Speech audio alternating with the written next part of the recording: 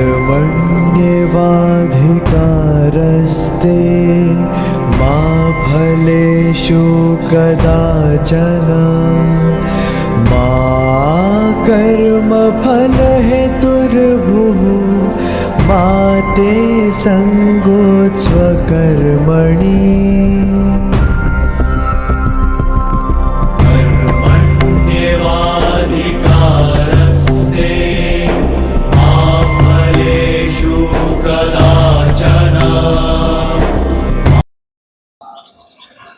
अशोच्यानन्वशोचस्त्वम् प्रज्ञावादांश्च भाषसे गतासु न गतासूंश्च नानुशोचन्ति पंडिताः।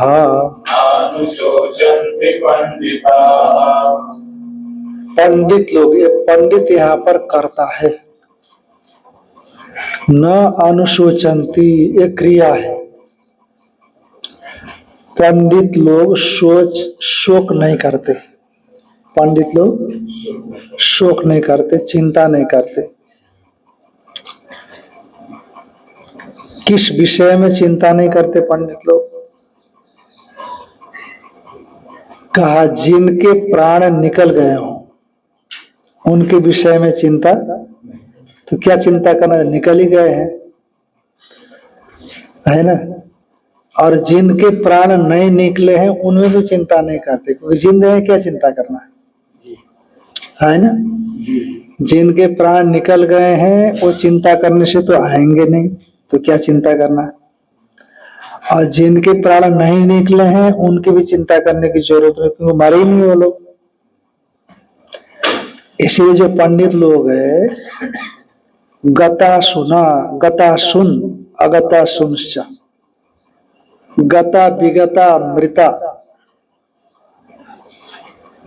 यानी यहां से शरीर से जिनके प्राण निकल गए हों और शरीर से जिनके प्राण नहीं निकले हों, इन दोनों ही प्रकार के लोगों को लेकर के पंडित लोग शोक नहीं करते। पंडित का मतलब क्या है कि पंडा कहते हैं बुद्धि को, पंडा बोलते हैं ना, पंडा। अरे हमारा पंडा है, हमारा पंडा है, फलाना पंडा है, ठिकाना पंडा है, ऐसा बोलते हैं लोग। तो पंडा शब्द व्यक्ति में लागू हो गया आजकल। वो पंडे को बुलाओ, पंडे के पास जाना, फलाना पंडा है, ऐसा बोलते हैं ना। तो संस्कृत में पंडा शब्द का अर्थ होता है बुद्धि, यानी सत्य क्या है, असत क्या है, इसको ठीक ठीक ढंग से समझदारी के साथ विश्लेषण करने वाली, विचार करने वाली, विवेचना करने वाली जो बुद्धि है, उस बुद्धि को बोलते हैं पंडा। सद असद विवेचनी बुद्धि पंडा। सत क्या है, परमात्मा ही है। असत क्या है, जगत है, मिथ्या है। इसका विवेक करने वाली बुद्धि, उसको बोलते हैं पंडा। ऐसी बुद्धि जिसमें है उसको बोलते हैं पंडित, उसको बोलते हैं पंडित। और यदि मेरे में है तो मैं पंडित हो गया, आप में है तो आप पंडित हो गए। और जिसमें इस प्रकार की बुद्धि हो गया पंडित। और ब्राह्मणों में जो पंडित शब्द प्रयुक्त कर लिया गया पहले से, एक तो ब्राह्मणों की विशेषता होती थी, सत और असत को समझते थे ऋषि मुनि लोग, इसलिए पंडित कह दिया। और जिनमें ये नहीं है पर फिर भी पंडित कह दिया है तो रूढ़ हो गया, समझना, शब्द उसमें रूढ़ हो गया। तो ऐसे जो सद असत का विवेचन करने वाली बुद्धि, ऐसे बुद्धि वाले पंडित लोग ये मानते हैं कि जिसके प्राण अभी मौजूद है शरीर में, उसके विषय में भी चिंता नहीं करते, और जिनके प्राण निकल गए हो इस शरीर से तब भी चिंता नहीं करते। अशु बोलेंगे प्राण को। अशु माने प्राण, इंद्रिया, प्राण को, इंद्रिया को। अशुषु रमन्ते इति असुरा, जैसे देवता और असुर बोलते हैं ना, तो असुर का मतलब अशुषु रमनते, माने इंद्रियों में प्राणों में ही जो रमण करे, खाने पीने में देखने सुनने में ही जिनका अभिरुचि हो, उसको कहते हैं असुर। तो इसलिए अशु शब्द यहाँ पर प्राण का वाचक है, इंद्रियों का वाचक है। अशोच्यान अन्वशोचस्तम, अशोच्य मन न शोचयितुम योग्य इति अशोच्य, तान अशोच्यान, जिनके विषय में शोक करना ही जरूरी नहीं है, उनके विषय में तुम शोक कर रहे हो। भगवान अर्जुन के विरोधाभासी जो विचार है, सोच है, उसको उजागर कर रहे हैं। शायद अर्जुन को भी अपने विरोधाभास के विषय में जानकारी नहीं है, इसलिए पहले कह दिया धर्म सम्मूढ़ कार्पण्य दोषोपहत स्वभाव, पृछा में त्वम धर्म सम्मूढ़ चेता।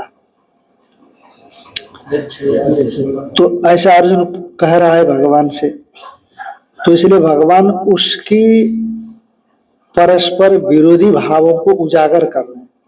का क्या है कि अशोच्यान अन्न शोचा, जो शोक करने योग्य नहीं है, भीष्मादि द्रोणाचार्य आदि, उनके विषय में अन्न शोचा, तुम शोक कर रहे हो। त्वम अन्न शोचा, मध्यम पुरुष का एक वचन, जो शोक करने योग्य नहीं है उनके विषय में तुम शोक कर रहे हो। और जो शोक करने योग्य नहीं है उनके विषय में शोक नहीं किया जाना चाहिए। समझदारी तो यही है ना। जो व्यक्ति जिंदा है उसको लेकर के आप रोओगे क्या?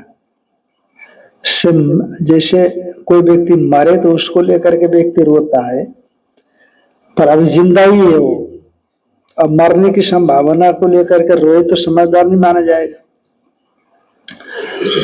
तो इसीलिए ये भीष्मादि किसी भी दृष्टि से शोचनीय नहीं है कि भीष्मादियों को क्या शरीर को लेकर के तुम शोक कर रहे हो, अथवा भीष्मादि के जो पारमार्थिक स्वरूप को लेकर के शोक कर रहे हो। यदि भीष्मादि शब्द वाच्य पूरा पूरा कार्यक्रम संघात है, उसको लेकर के शोक कर रहे हो, तो भीष्मादि तो बहुत सदवृत्त वाले रहे हैं, सद आचरण वाले रहे हैं, उनका आचरण कभी निंदनीय नहीं रहा। ठीक है, कभी कभी कुछ नहीं बोले होंगे, जहां बोलना चाहिए वहां नहीं बोले होंगे, पर उन्होंने स्वयं अपने आप में कोई निंदनीय आचरण नहीं किया, इसलिए सदाचारी थे। तो धरती पर कोई न आया है तो कोई ना कोई तो मरेगा नहीं, यहाँ से हमेशा तो रहेगा नहीं। और यदि भीष्मादि शब्द वाच्यत्व है ना, उनके विषय में आप चिंता करते हो कि कार्यकरण संघात, शरीर मारा जाएगा, तब भी आपको चिंता नहीं करनी चाहिए, क्योंकि वो बहुत सत चरित्र वाले हैं और मर करके अच्छे लोकों में ही जाएंगे। यदि भीष्मादि शब्दोपहित चेतन को, पारमार्थिक स्वरूप को लेकर के चिंता करते हो तो मरता है ही नहीं, और फिर किसके विषय में चिंता करना। पर अशोच्य देखो, या तो भीष्मादि शब्दवाच्य शरीर को लेकर के चिंता कर रहे हो तो भी चिंता करने की जरूरत नहीं है, क्योंकि सदाचारी है, उन्होंने अपना जीवन बहुत अच्छी तरह से शास्त्रानुकूल चलाया है। और यदि उनके पारमार्थिक स्वरूप को लेकर के चिंता करते हो तो पारमार्थिक स्वरूप को कुछ होना ही नहीं है, तब भी आपको शोक करने की आवश्यकता नहीं है, पर तुम शोक कर रहे हो, है कि नहीं। और यदि मैं लड़ूंगा तो ये मारे जाएंगे, ये मेरे अपने ही, इनका मैं हूं, तो इस प्रकार से तुम शोक कर रहे हो जो अशोचनीय व्यक्ति में है ना। और दूसरी बात क्या कह रहे हो कि उत्सन्न कुल धर्माणाम मनुष्याणाम जनार्दन नरकम नियते वासो भवतीत्यनुशुश्रुम। ऐसा आपने कहा, जैसे युद्ध होगा तो पुरुष मारे जाएंगे, पुरुष मारे जाएंगे तो स्त्री व्यभिचारिणी हो सकती, स्त्री तो है अभी, फिर वहां पर बड़ा शंकर पैदा होगा, बड़ा शंकर नरक के लिए होता है। तो बड़े बुद्धिमानों की सी भाषा बोलते, अशोचनीय लोगों के विषय में शोक कर रहे हो, और प्रज्ञावाद, प्रज्ञा माने प्रकृष्ट बुद्धि वाले लोग, उनको प्रज्ञा वाले बोलते हैं। जानाति इति ज्ञ, प्रकृष्ट ज्ञ इति प्रज्ञ, जो अच्छी तरह जानने वाला। ऐसे जो प्रज्ञा वाले लोग हैं, उनके बातों को, उनके वचनों को बोल रहे हो, यानी कि मूढ़ता भी आप में छाई हुई है और बुद्धिमानों की सी भाषा भी बोल रहे हो। इसीलिए वस्तु तो तुम मूढ़ हो, समझदार नहीं हो, ऐसे भगवान अर्जुन को बता रहे हैं। क्योंकि गतासु न गतासु, अर्जुन को ये चिंता थी ना, जिनके लिए मैं युद्ध कर रहा हूं वो तो इस युद्ध भूमि में मरने मारने पर उतारू हो रहे हैं। इसलिए बेहतर ये है कि इस युद्ध को न करता हो, मैं युद्ध को छोड़ दूं और सन्यासी बनकर के भिक्षा ग्रहण करूं, अर्जुन ने कहा था। तो भगवान उसी के विषय में कहते हैं, गतासु न गतासु नानुशोचन्ति पंडिता, जिनके प्राण निकल गए, जिनके प्राण नहीं निकल गए हैं, ऐसे दोनों के विषय में पंडित लोग ज्यादा चिंता नहीं करते। देखो भाष्य में भगवान क्या कहते हैं। अच्छा, उससे पहले श्रीमद् भगवद गीता को 18 अध्याय में हम लोग देखते हैं, है ना। तो 18 अध्याय में जो पहले के 6 अध्याय है, उसको त्वम पदार्थ के शोधन के अध्याय के रूप में माना जाता है। कि मधुसूदन सरस्वती जी ऐसा मानते हैं, माने प्रथम षटक, ऐसा बोलते हैं। प्रथम षटक, षटक माने 6 अध्यायों का समुदाय, पहला, दूसरा, तीसरा, चौथा, पांचवा, छठा। जो प्रथम षटक है, यानी पहला 6 अध्यायों का समुदाय, एक कुट एक है, वह त्वम पदार्थ के शोधन के लिए है। और त्वम पदार्थ के शोधन में जो साधन की आवश्यकता है, उनका प्रतिपादन भी वहां किया गया है। और त्वम पदार्थ का शोधन का मतलब कि तत्पदार्थ नहीं है, ऐसा नहीं है, तत्पदार्थ भी बोला गया है, पर मुख्य रूप से त्वम पदार्थ का शोधन है। तत्पदार्थ भी है, क्योंकि न जायते म्रियते वा कदाचित, नैनम छिन्दन्ति शस्त्राणि, नैनम दहति पावक, न चैनं क्लेदयन्त्याप, न शोषयति मारुत। हाँ, प्रजाहाति यदा कामान सर्वान् पार्थमनुगतान्, आत्मन्नेवात्मना तुष्ट स्थित प्रज्ञस्तदुच्यते। इसलिए बहुत जगह पर परमात्मा के विषय में भी चर्चा आती है, पर मुख्य रूप से त्वम पदार्थ के शोधन को लेकर के 6 अध्याय है।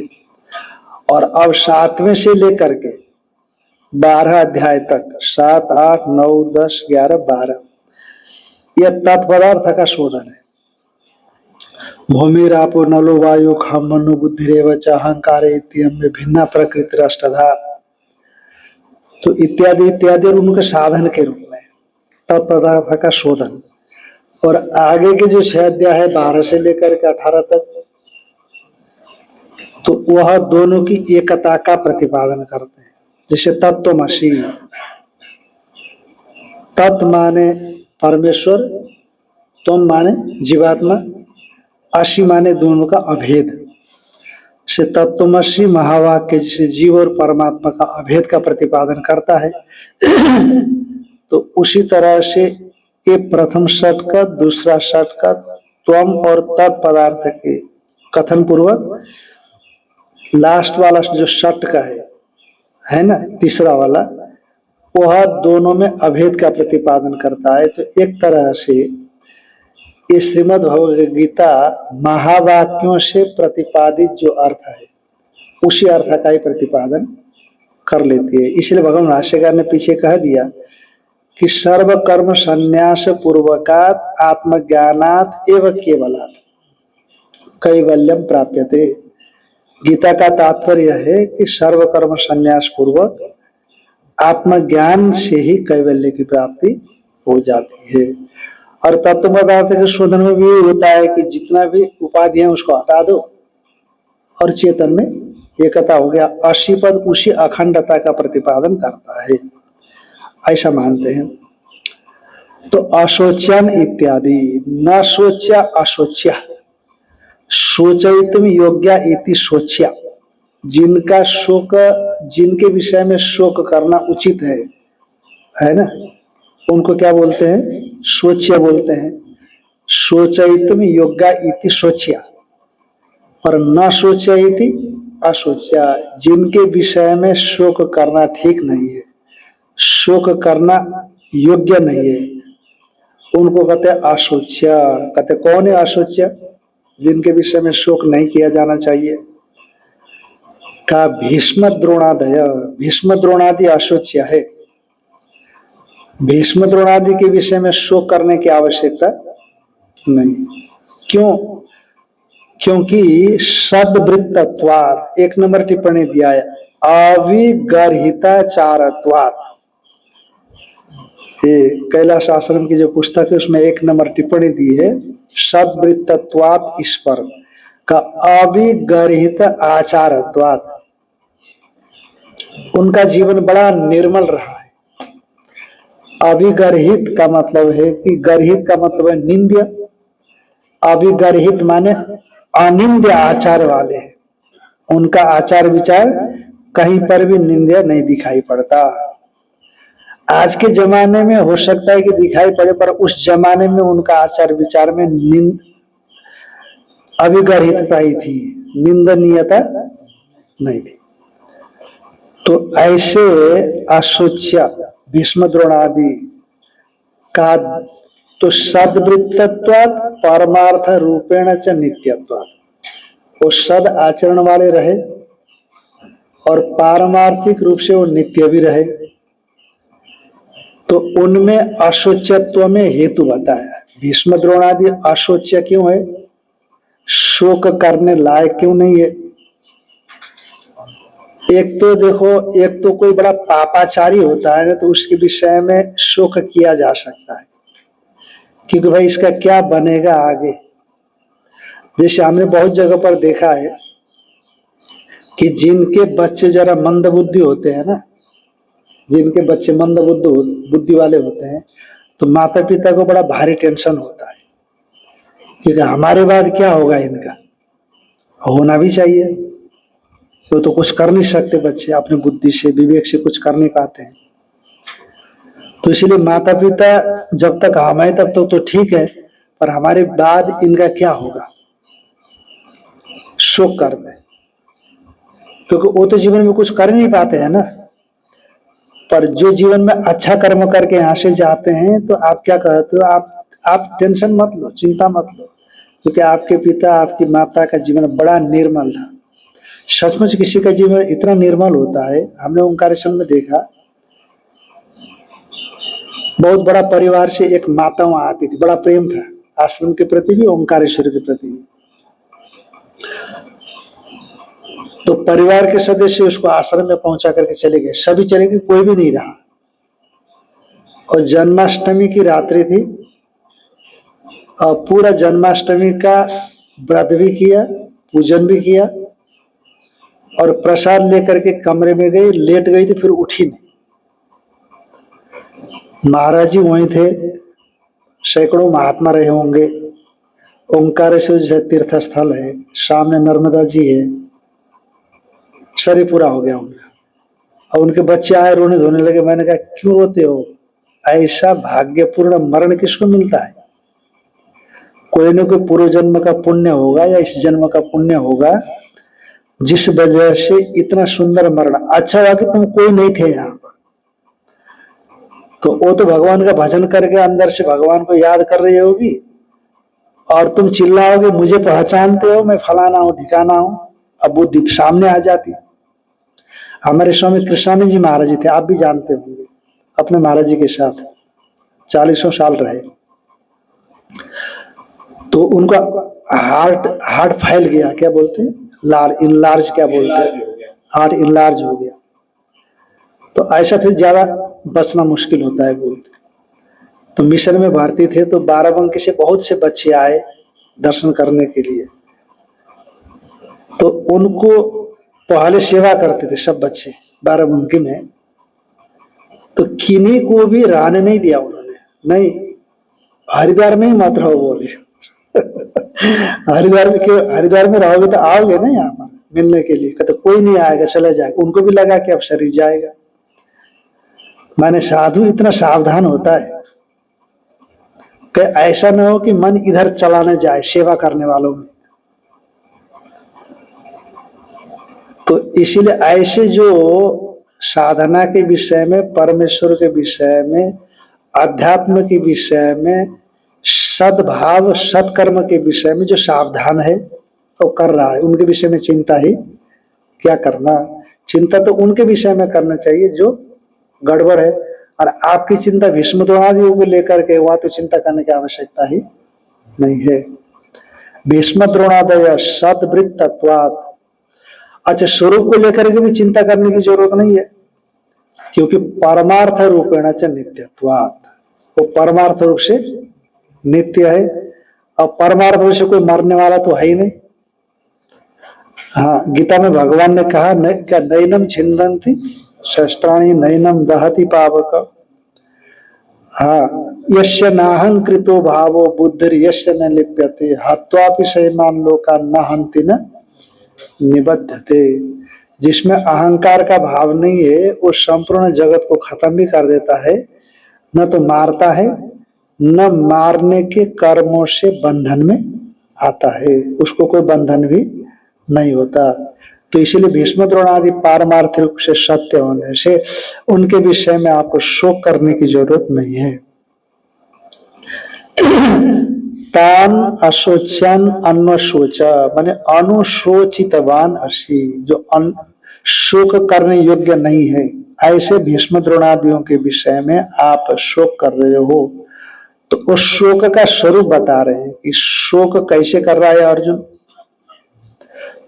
कहते ते म्रियंते मन निमित्तम, मैं निमित्त हूं और मेरे निमित्त से उनका मरण हो जाएगा। तो इसका मतलब अर्जुन जान गया है कि मुझ निमित्तक इनका मरण होगा, और इसीलिए है कि भगवान साथ में है ना, धर्म इनके साथ में है विशेष करके। तो इसलिए अर्जुन ये समझता है कि मन निमित्तम ते म्रियंते, मेरे निमित्तक से वो मरेंगे। अहम तैर बिना भूत किं करिष्यामि राज्य सुखादिनीति, और मैं उनके बिना इस राज्य सुखादि को लेकर के क्या करूंगा। पहले भी कहा था, ऐसा मर्थे कांक्षितम नो राज्यम भोगा सुखानि च ते इमे वस्थिते युद्धे प्राणान त्यक्त्वा धनानि च। अर्जुन ने पहले भी कहा, ऐसा मर्थे कांक्षितम नो, जिनके लिए हम संपूर्ण राज्य और भोग सुख को चाहते हैं, है कि नहीं। ऐसाम अर्थे कांक्षितम नो राज्यम भोगा सुखानि च ते इमे वस्थिते युद्धे, और ये सब युद्ध में तो खड़े हैं। प्राणान त्यक्त्वा धनानि च, प्राण को भी इन्होंने मानो छोड़ दिया, हमारे लिए प्राण को भी छोड़ दिया, और धन ऐश्वर्य सुख भोग सब छोड़ करके मेरे पास आए हैं। तो इसीलिए उनके बिना, क्योंकि लड़ाई है भाई, तो मरेंगे नहीं, वो मरेंगे हम मरेंगे, लड़ाई तो लड़ाई होती है। इसलिए मन निमित्तम ते म्रियंते अहम तैर बिना भूत किं करिष्यामि, मैं उनके बिना क्या करूंगा राज्य सुखादिना इति। इस प्रकार से तुम शोक कर रहे हो। भगवान अर्जुन के शोक को सामने ला रहे हैं। अर्जुन के शोक का स्वरूप क्या है सामने ला रहे हैं। त्वं प्रज्ञावताम बुद्धिमताम वादांश वचनानि च भाषसे, और तुम अर्जुन जो प्रज्ञावताम बाधा इति प्रज्ञावादा तान प्रज्ञावादान, जो बुद्धिमान है, बुद्धिमान जो लोग हैं उन बुद्धिमान लोगों के वाद कहते वचनानि को। वाद बोलते हैं ना, वादे वादे जायते तत्वबोधा। चर्चा करते करते, विचार करते करते तत्वबोध हो जाता है। पहले ऐसी परंपरा होती थी हमारी, आपस में बैठ करके विचार करते थे, विवाद नहीं करते थे, विचार करते थे। और गुरु शिष्य का जो विचार होता था, गुरु को शिष्य प्रश्न पूछता और गुरु उत्तर देते थे। इसको क्या बोलते हैं? वाद। वाद बोलते इसको, वाद। जब शिष्य पूछता है, गुरु आचार्य उत्तर देते, इसको वाद। और बीजिगीषु कथा जल्प। आप भी बोलो, मैं भी बोलूं, अब मैं भी अपने तर्क को मजबूत रखूंगा, आप भी अपने तर्क को मजबूत बनाओ। तो आप मुझे जीतने की कोशिश करो, मैं आपको जीतने की कोशिश करूंगा। इस प्रकार के जीतने की इच्छा वालों का जो विचार है उसको कहते हैं जल्प। वाद जल्प वितंडा। एक वितंडा होता है जो खंडन खंड खाद्य ग्रंथ है बृहद प्रस्थान में, तो उसको वितंडा बोलते हैं। वितंडा का मतलब होता है कि हाँ, जैसे एक मुहावरा है ना कि हम तो डूबे तुमको भी ले डूबेंगे, ऐसा कुछ है, मुहावरा है शायद ये, कि कोई गाना तो नहीं है? गाना है क्या? नहीं, मुहावरा मुहावरा है, जहां तक मुझे ऐसा लगता है कि हम तो डूबे तुमको भी ले डूबेंगे।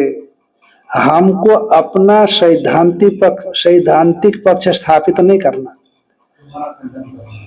पर तुमको भी टीके नहीं रहने देना, तुमको भी खंडन करके रहेंगे। इसको कहते हैं वितंडा। तो वाद जल्प वितंडा 3 प्रकार की कथा होती है। वाद का मतलब है तत्व बुभुत्सा से गुरु शिष्य का संवाद, इसको वाद बोलते हैं। यहाँ पर न जीतने का भाव रहता है, न किसी के खंडन का भाव रहता है। तो शिष्य पूछता रहता है, आचार्य उसका उत्तर देते रहते हैं। तो तत्व जानने की जिज्ञासा, तत्व निर्णय की जिज्ञासा, हाँ, तो इसको बोलते हैं वाद। जल्प का मतलब जीतने की इच्छा। विशिष्ट वाद कह सकते हैं। वाद में बी लगा दिया तो विशिष्ट वाद, बहुत सुंदर चर्चा हो रही है। और यूं व्यवहार में थोड़ा विवाद में उनके बीच में विवाद हो गया, माने झगड़ा हो गया, विपरीत वाद उसमें भी चला गया। हाँ, ऐसा होता। हाँ जी। तो त्वम प्रज्ञावताम बुद्धिमताम वादांश वचनानि च भाषसे। और बुद्धिमानों की वाणी बोल रहे हो। का बुद्धिमानों की वाणी क्या बोल रहा है अर्जुन? का उत्सन्न कुल धर्माणाम मनुष्याणाम जनार्दन नरके नियतम वासो भवतीत्यन सुश्रुमा। हाँ, शंकर नरकायैव कुलज्ञानम कुलस्य च पतन्ति पितरो हेषाम लुप्त पिंडोदक क्रिया दोषे रेते कुलज्ञानम वर्ण शंकर कारकै उत्साद्यन्ते जाति धर्म कुल धर्माश्च शाश्वता। इत्यादि इत्यादि जो बुद्धिमान के वाणी है, वो वाणी को भी अर्जुन बोल रहा है। और फिर अशोच्य लोगों के विषय में शोक भी कर रहा है। तो ये जो मूढ़ता और बुद्धिमत्ता दोनों दिखाई पड़ती है तुम्हारे अंदर में, है कि नहीं? मूढ़ता और, तो बता रहे हैं तद एतन मौढ़्यम पांडित्यम च। ये जो मूढ़ता है, तद एतन मौढ़्यम, मूढ़ता क्या है? मूढ़ता के भाव को मौढ़्य बोलते हैं। मूढ़ता माने ना समझी, उसके भाव को मौढ़्य बोलते हैं। तो यानी अशोच्य शोच्यत्व रूपम, जो अशोच्य में शोक करना, जो शोक करने योग्य नहीं उसमें शोक करना, ये होगी मूढ़ता। और पांडित्यम माने बुद्धिमानों की सी बात, जो शोक न करने योग्य लोगों में शोक करना, ये मूढ़ता भी दिखी और पांडित्य भी दिखा रहे हो कि उत्सन्न कुल धर्म इत्यादि के माध्यम से। तो तदेतत् मौढ़्यम पांडित्यम से विरुद्धम आत्मने दर्शयसी। ये दोनों परस्पर मूढ़ता और विद्वता अपने आप में दिखा रहे हो।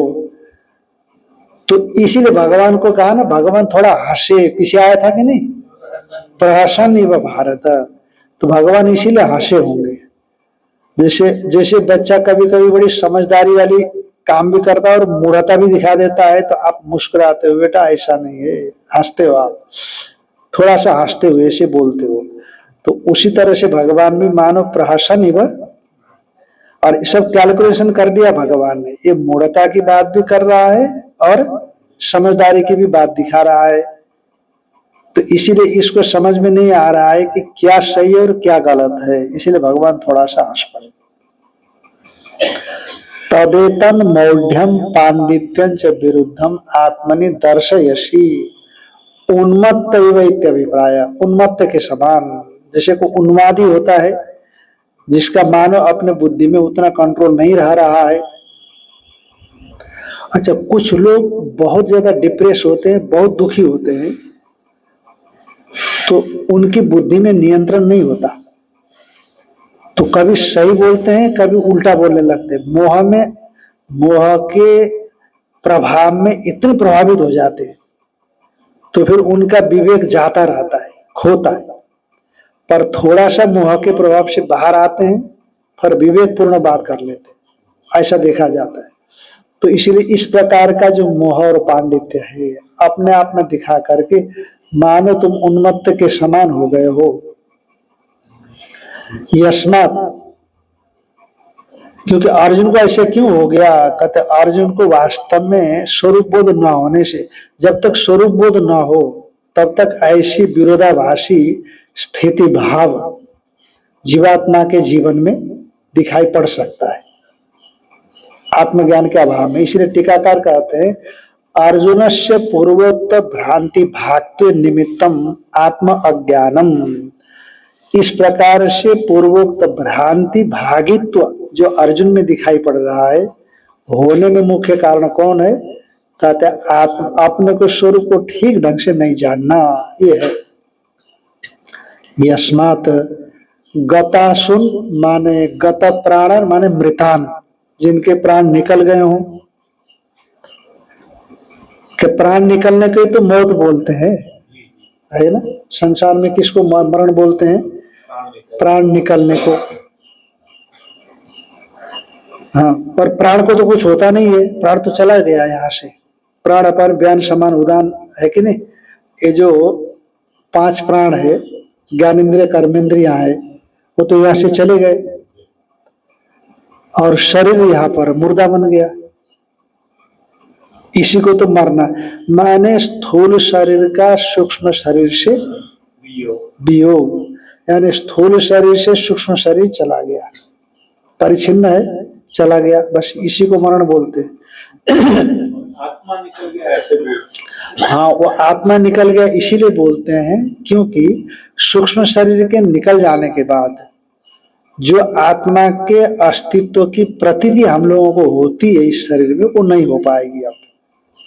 पर आत्मा का कहीं आना जाना नहीं होगा, आत्मा कहीं आता जाता नहीं है। पर सूक्ष्म शरीर के न रहने से आत्मा की अभिव्यक्ति नहीं हो पाती है, तो हमने कहा आत्मा भी चला गया, पर आत्मा कहीं आता जाता नहीं। तो यस्मात् गतासुन माने गत प्राणान यानी मृतान, जो मरे हुए हैं। अगतासुन माने जिनके प्राण नहीं निकले हैं, यानी अगत प्राणन माने जीवतश्च, अर्थात ये सब पर्यायवाची, उनको जीवित रहता हुआ जो व्यक्ति है जीवित रहते हुए, उनको न अनुशोचन्ति पंडिता आत्मज्ञा, जो आत्मज्ञ पंडित है उनको लेकर के शोक नहीं करते। महाराज पंडित तो बहुत शोक करते हुए दिखाई पड़ते हैं अपने इधर के पंडित। अपने जो हमारे इर्द गिर्द जो पंडित होते हैं वो अपने से कोई खास भिन्न तो होते नहीं है। अपने आसपास के जो पंडित दिखाई पड़ते हैं तो क्या शोक नहीं करते हैं क्या? तो शोक करते हैं भाई, हमको कभी कभी समझाना पड़ता है, आपको भी समझाना पड़ता होगा। तो आप कहते हो, भगवान कहते कि पंडित लोग शोक नहीं करते हैं।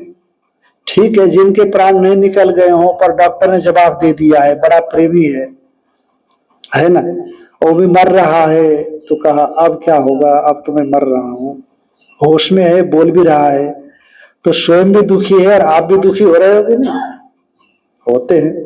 जिनके प्राण नहीं निकले हैं वो भी दुखी हो जाते हैं, और प्राण निकलने के बाद व्यक्ति दुखी होता है कि नहीं होता? अरे महाराज इतने साल का साथ, अब एकदम से कैसे भूल सकते? इसलिए हमको भी बोलना पड़ता है उनको, तेरे देखो धैर्य रखना, समय पा करके सब ठीक हो जाएगा। हम लोग क्या बोलते हैं, एक बुजुर्ग ने तो बोला हमको, एक बुजुर्ग ने बोला, 75 साल के बुजुर्ग ने, अचानक हार्ट फेल होकर के पत्नी चली गई। तो 2 4 10 दिन 20 दिन के बाद, महीना 2 महीने के बाद होगा, तो लोग सब प्रेम करते थे घर में, बेटे बहू नाती पोते बहुत प्रेम करते। तो अब जो देवी देवता में सुख दुख की बातें होती वो नहीं हो पाती है ना फिर दूसरों में। तो क्या महाराज यदि कोई रिश्ता है तो एक ही रिश्ता है पति पत्नी का। तो मैंने सोचा कि ये क्या बावला हो गया बूढ़ा बुढ़ापे में, हमने ऐसे सोचा पहले, ये बुढ़ापे में बूढ़ा बावला हो गया, ऐसे मेरे मन में आया। पर बाद में हमने उसके विषय में विचार किया तो मैंने कहा हाँ ये ठीक ही कह रहा है, क्योंकि 60 साल 55 साल 50 साल का साथ है, और यदि सही ठीक ठीक ढंग से सत्संग नहीं किया है तो वो सही कह रहा है। तो मैंने कहा हाँ सत्संग के अभाव में जो बोला जा रहा है वो सही बोला जा रहा है, और सत्संग नहीं होगा तो तुरंत संभल जाएगा, वो तो संभला हुआ है पहले से, सत्संग नहीं होगा तो पहले से संभला हुआ है। पर हो सकता है कि भाई वो तो रहता ही है, थोड़ा मोह थोड़ी देर में 2 4 महीना लगे साल भर लगे पर संभल जाएगा।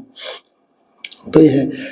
तो कहा कि सामान्य पंडितों में तो देखा जाता है कटमारा, वो सामान्य पंडित नहीं जिसकी चर्चा हम कर रहे हैं, फिर क्या है?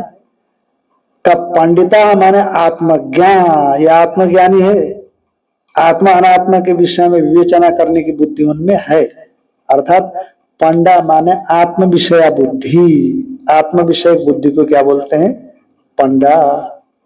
ऐसा ऐसी बुद्धि जिनको मिल गई है, आत्म विषय बुद्धि जिनको प्राप्त हो गई है उनको पंडा बोलते हैं, ते ही पंडित। और वो बुद्धि जिसके पास है, आत्म विषय बुद्धि जिसके पास है उसको क्या बोलते हैं? पंडा, पंडिता। वो पंडा जिसमें से धन जिसमें उसको क्या बोलते हैं? धन जिसमें है उसको क्या बोलते हैं? धनी बोलते हैं, है कि नहीं? हाँ, या धनवान बोलते हैं, धनवान या धनी। तो उसी तरह से वो पंडा जिसके पास है उसको क्या बोलेंगे?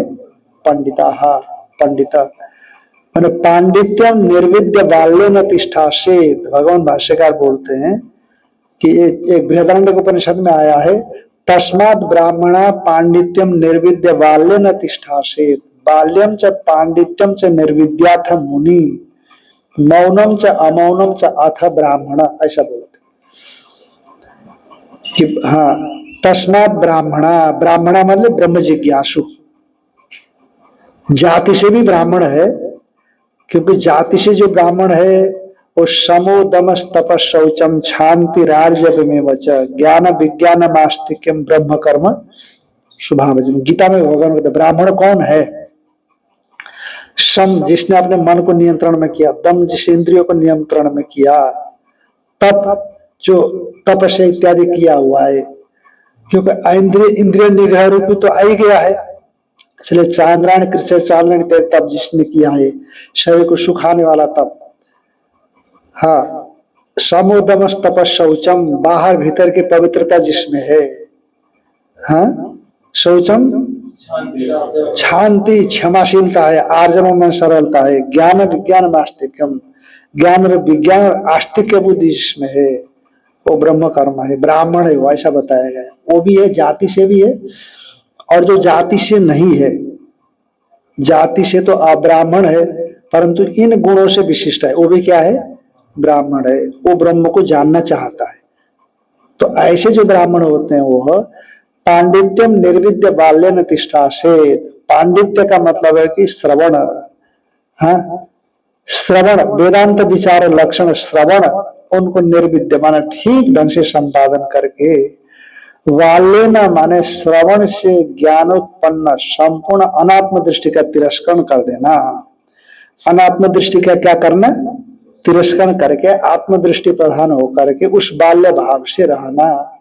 तो इस प्रकार से रहने वाले को पंडित का अनात्म दृष्टि माने शरीर से लेकर के अहंकार पर्यंत जो अनात्मा है, ऐसे उनमें जो आत्मबुद्धि है, आत्मदृष्टि है, उसका तिरस्करण कर देना और आत्मा में ही आत्मबुद्धि को स्थित रख करके आत्मा ही मैं हूं ऐसी भावना रखना, तो उसको कहते पंडित। इस प्रकार की श्रुति में पंडित के विषय में चर्चा की गई है। निर्विघ्न संपादन करके, प्राप्त करके। परमार्थतस्तु नित्यान अशोच्यान अनुशोचसी। वास्तव में यदि देखा जाए ना, तुम कैसे हो, भगवान अर्जुन को जो है ना थोड़ा सा ठोक बजा पीट रहे कि परमार्थ में तो तुम नित्य जो अशोच है उनको सोचसी, सोच कर रहे हो उनके विषय में जो शोक करने लायक नहीं है, इसलिए मूढ़ोसी इत्यभिप्राय। इसलिए तुम कैसे हो, मूढ़ हो। इसलिए मूढ़ को अब ये मूढ़ता को हटाना है, अविवेक को हटाना है, शोक को हटाना है, मोह को हटाना है। इसीलिए शोक और मोह को हटाने के लिए तो भगवान गीता शास्त्र अर्जुन को माध्यम बना करके दुनिया को दे रहे हैं।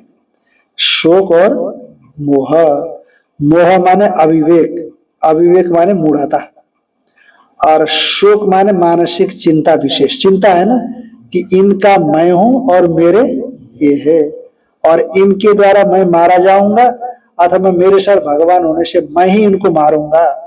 और ये तो सब अपने है कि नहीं।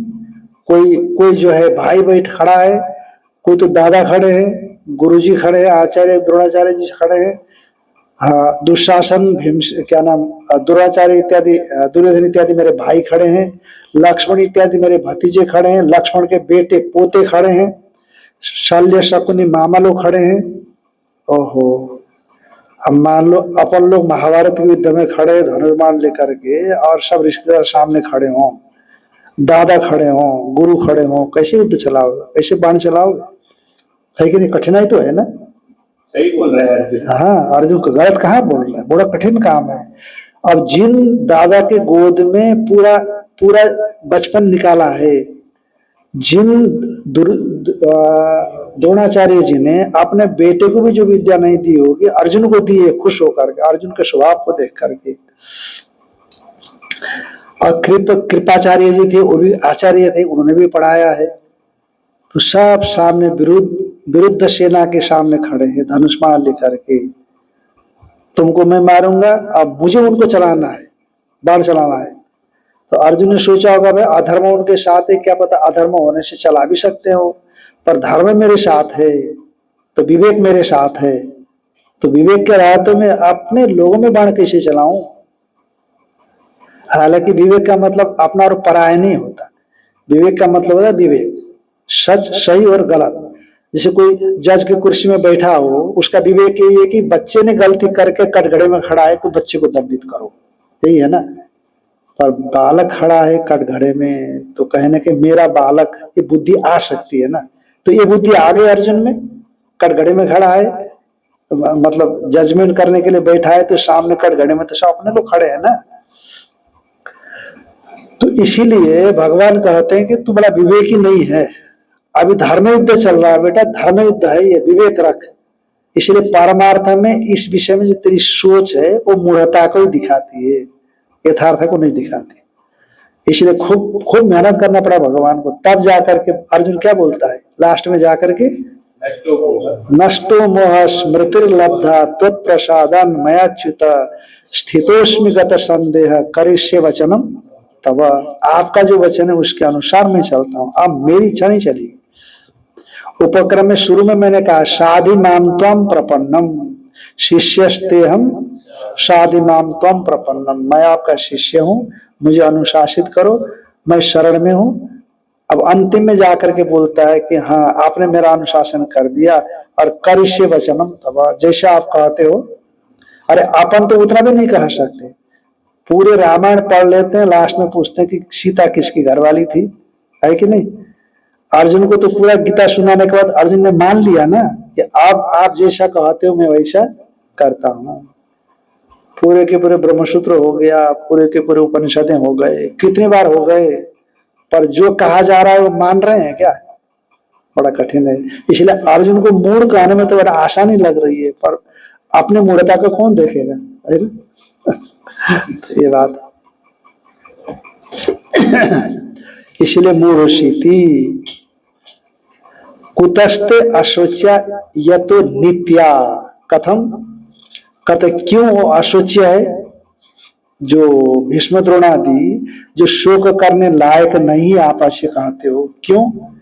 कहते नित्य है ना। जो नित्य है तो मारे नहीं जा सकते। जब मारे नहीं जा सकते तो बिछुड़ने के भय से व्यक्ति ज्यादा चिंता करता है।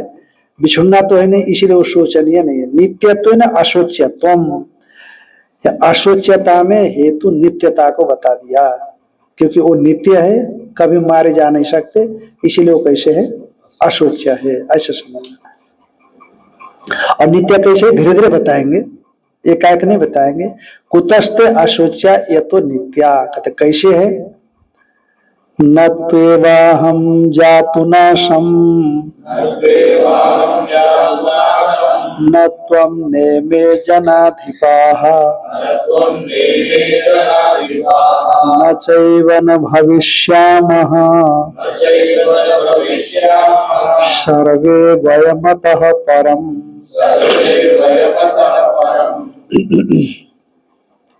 न तो अहम, ये जातु, जातु कहते हैं कभी भी, कदाचित, कभी भी।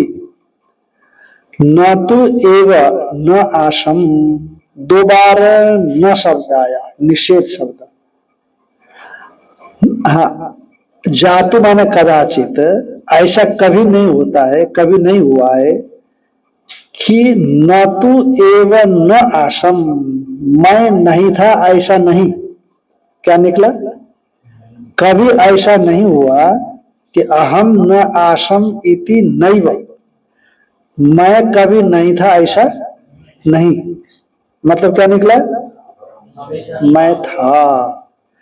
कभी मैं नहीं था ऐसा नहीं, माने मैं था, माने मैं हमेशा ही था, ऐसा समझ। और ठीक है महाराज, आप तो भगवान हो, आप तो हमेशा रहे हो, कोई बात नहीं, पर ये जितने भी खड़े हैं युद्ध भूमि में मरने मारने के लिए, ये कहाँ थे? भगवान कहते हैं इमे जनाधिपा, हाँ, न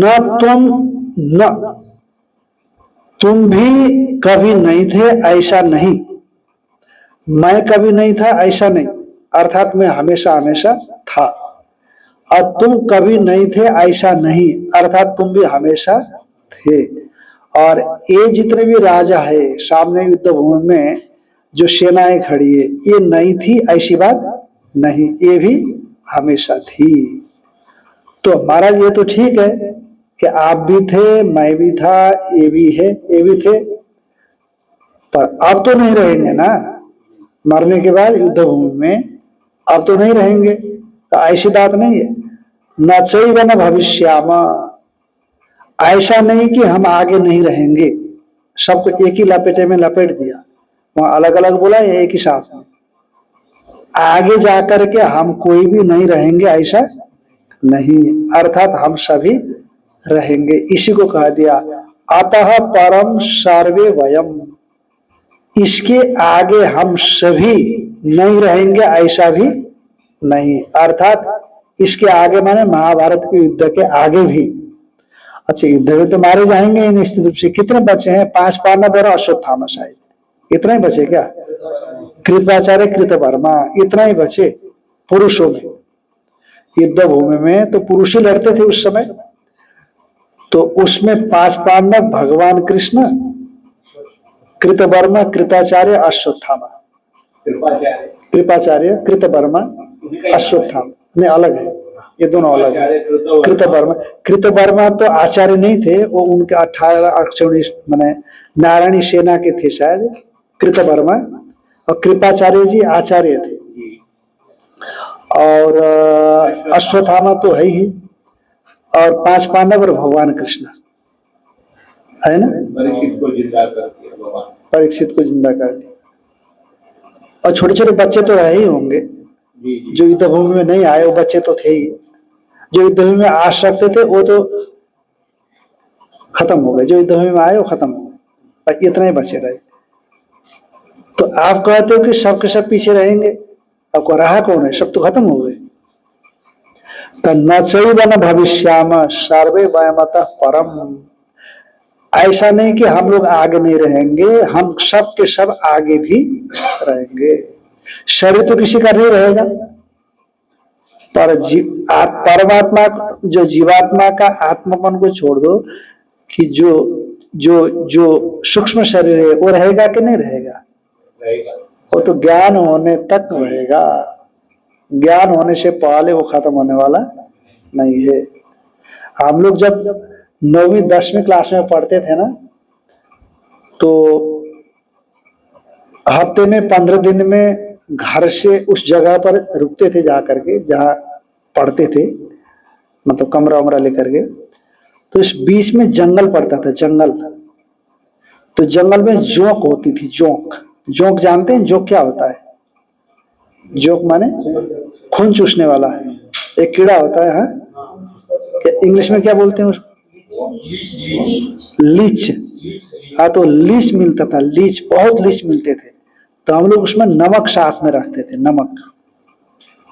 तो क्योंकि ऐसा पता ही नहीं लगता कब चिपक जाता है, खून चूस करके इतना मोटा हो जाता, पता अरे तो खून चूस गया। तो वो उस लीच के लिए किसी ने कहा कि वो नमक रखना, नमक डाल दो तो पिघल जाता है। तो हाँ, तो नमक डाल दिया तो तुरंत खत्म ही हो जाता है। उसी तरह से जब तक ज्ञान नहीं होता तब तक सूक्ष्म शरीर पिघलने वाला नहीं। वो ज्ञान वो नमक की तरह है, जोंक के लिए जैसे, उसी तरह से ज्ञान से सूक्ष्म शरीर निवृत्त हो जाता है। अन्यथा किसी भी प्रकार से, अब यहाँ पर स्त्री पुरुष मनुष्य बनकर के आए हैं और वही लिंग शरीर सूक्ष्म शरीर स्वर्ग जाएगा तो देवता, हाँ, वहां पर अप्सराएं देवी बनेगा। और फिर पशु योनि में चला जाएगा तो नर्मदा बन जाएगा। कीड़े मकोड़े में, क्योंकि दो तो है ना, द्वंद्व है जगत, हर जगह पर दो है, तो दो बनता चला जाएगा।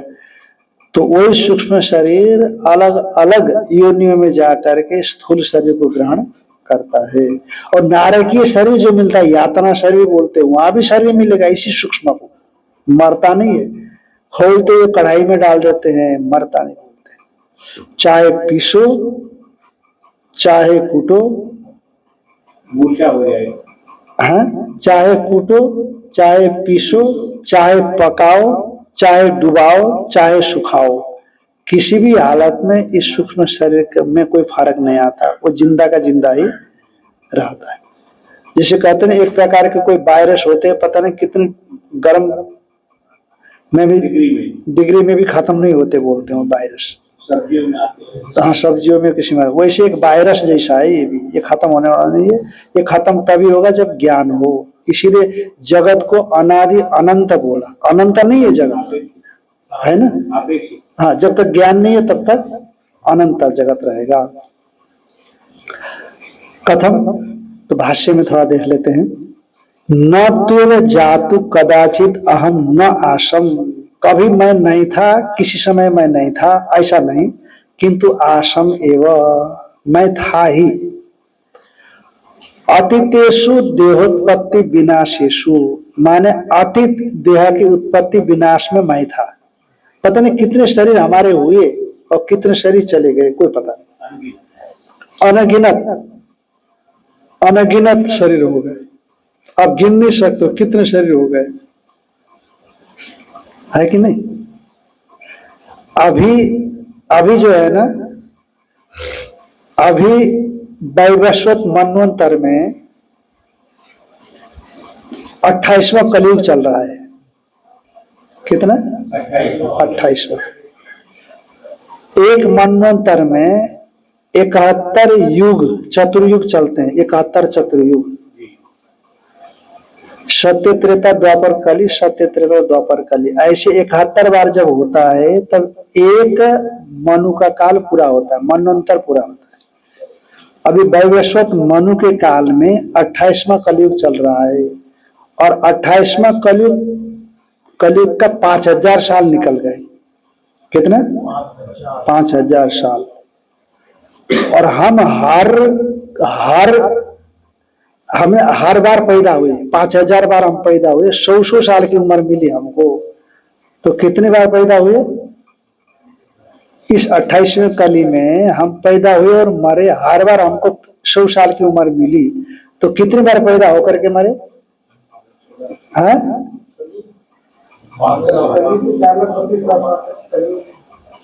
हाँ, अभी अभी है ना, कलयुग इतना है, पर अभी कितना बीता है?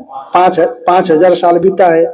तो 5000 साल कलयुग में हम पैदा हुए और हमको 100 साल की उम्र मिली, तो 50 बार हो गए, है कि नहीं? अब ये कह रहे हैं कि 4,32,000, तो फिर पैदा होकर के मरना, पैदा होकर के मरना, ज्ञान नहीं हुआ तो वो भी चलेगा।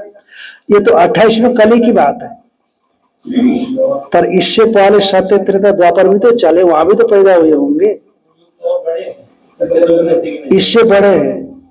और ये 28वें बार है सभी का, पर 28 में एक ही बार थोड़ी आएगा, पहला, दूसरा, तीसरा, जो 27वां बार ये घूम चुके हैं।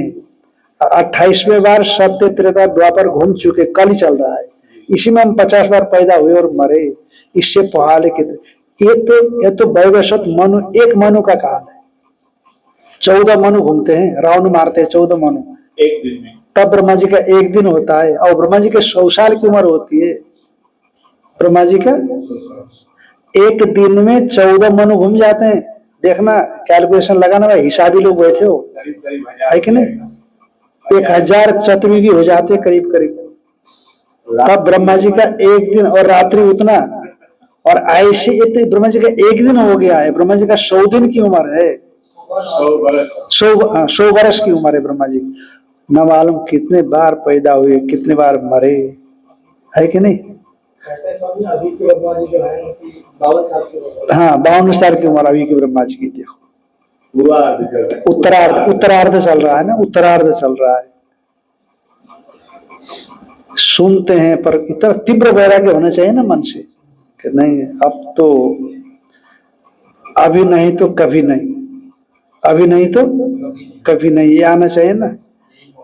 क्या बोलते तुलसीदास जी का है ना, अब लो नशानी अब नहीं हो, कोई तुलसीदास जी का है, किसी भक्त की वाणी, किसी भक्त की वाणी हो।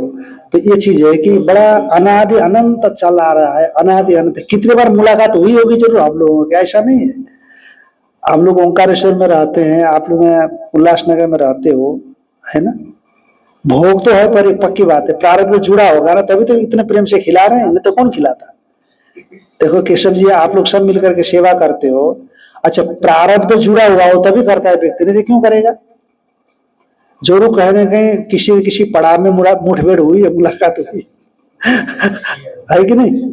अब ये जो हम स्वाध्याय करें इसमें तो प्रारब्ध नहीं, इसको तो पुरुषार्थ है। हाँ, इसको पुरुषार्थ, सेवा में तो प्रारब्ध आ जाता है भोग में तो प्रारब्ध आ ही जाता है ना। हाँ, तो इसलिए अतितेषु देहोत्पत्ति विनाशेषु घटादिषु, जो घटा, हाँ नहीं, घटादिषु आगे ले जाना, दृष्टांत में हो, अतीत जो देह की उत्पत्ति और विनाश में आप कभी नहीं थे, ऐसा नहीं, आप हमेशा ही बने रहे हो। जैसे घटादिषु वियदिव, जैसे घट नाश हो चाहे घट नाश न हो, तो आकाश का हमेशा उसके साथ व्याप्ति बनी रहती है। आकाश हमेशा बना रहता है, आकाश का नाश नहीं होता। घट नाश हो गया तो आकाश बना रहेगा, महाकाश। हाँ, उत्पन्न भी नहीं हुआ। तो इसीलिए नित्य एवं अहम आसम इत्यभिप्राय, मैं नित्य ही रहा हूं, ये भगवान ने कहा, मैं नित्य ही रहा हूं। और तथा न तुम न असी, तुम नहीं थे ऐसी बात भी नहीं, किंतु असी एवं, आशी एवं, हाँ तुम भी थे। तथा न इमे जनाधिपा न आसन, और ये जनाधिप राजा लोग भी नहीं थे ऐसा नहीं, किंतु आसन एवं, ये लोग भी मौजूद ही रहे। तथा च नैव, तथा न चैव न भविष्याम, किंतु भविष्याम एवं, यानी उसी तरह से हम नहीं रहेंगे आगे, ऐसी बात भी नहीं, हम सब के सब आगे भी रहेंगे। सर्वे वयम अतो अस्मात् देह विनाशात् परम उत्तर कालेपि त्रिषु अपि कालेषु नित्य आत्म स्वरूपेण इत्यभिप्राय। हम सभी इस देह के विनाश के पर माने उत्तर काल में, देह भले नष्ट हो जाए पर इसके नष्ट होने के आगे भी हम बने रहेंगे। अब रोना किसके लिए बताओ? जैसे कोई मरता है तो हम रोते हैं कि नहीं रोते? अरे वो चला गया, और चला गया भी कहते चला गया तो दूर चला गया।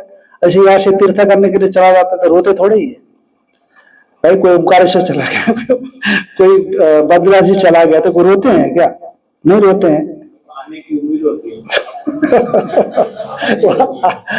यहाँ भी शास्त्र समझ लेगा तो आने की उम्मीद यहाँ भी है।